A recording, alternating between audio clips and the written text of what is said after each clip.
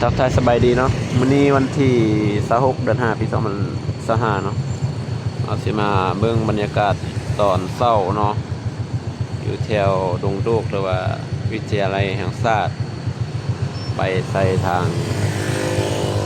ไฟแดงทางไทยใต้เนาะตอนนี้เนาะบรรยากาศตอนเช้านี่เนาะ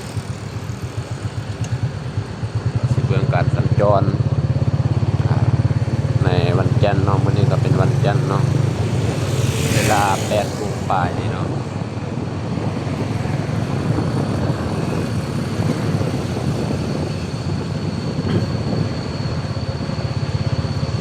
จุดนี้เป็นจุดรอท่ารถเมล์รถโดยสารเนาะนักศึกษา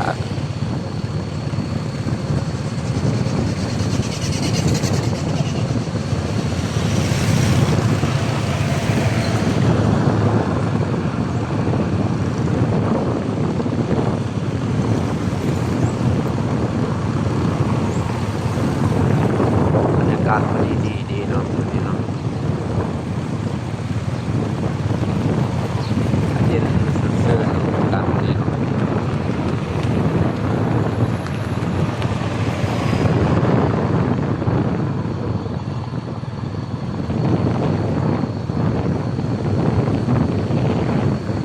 การสอบแซงใส่รถเมล์ก็สำเร็จเสร็จสิ้น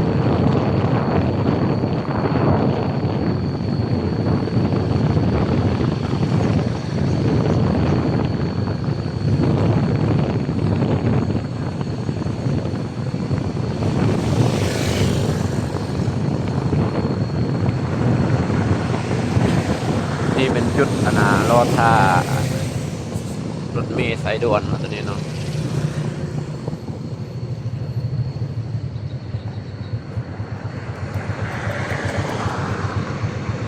สถานีพักเช้าวีเกม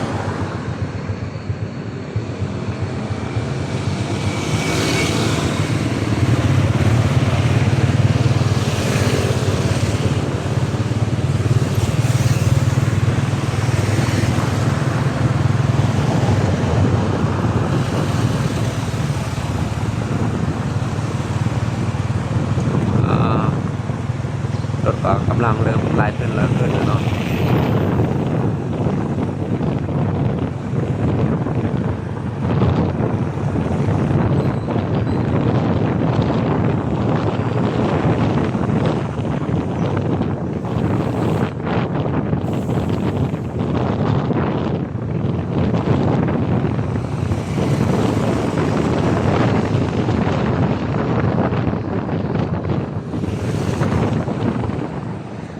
อันนี้เป็นตึกBG Sport เนาะตัวนี้เนาะตึก5 ชั้นเนาะสุดเลยเนาะ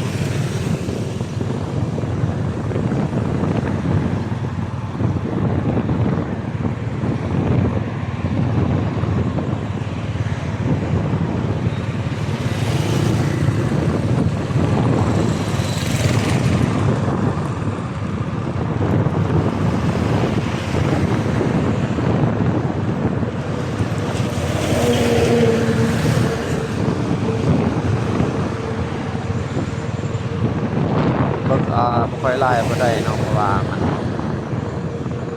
ไปการหลายๆอย่างเลย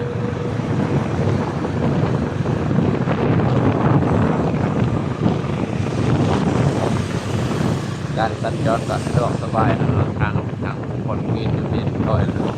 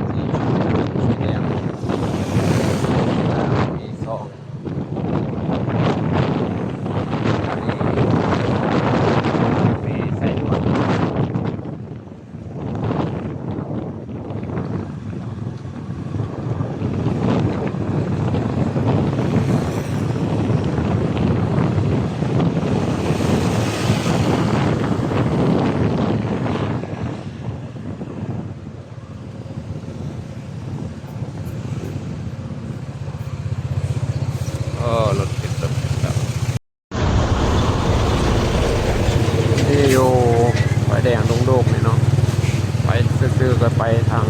อยู่รถสายไฟเนาะตอนนี้เนาะ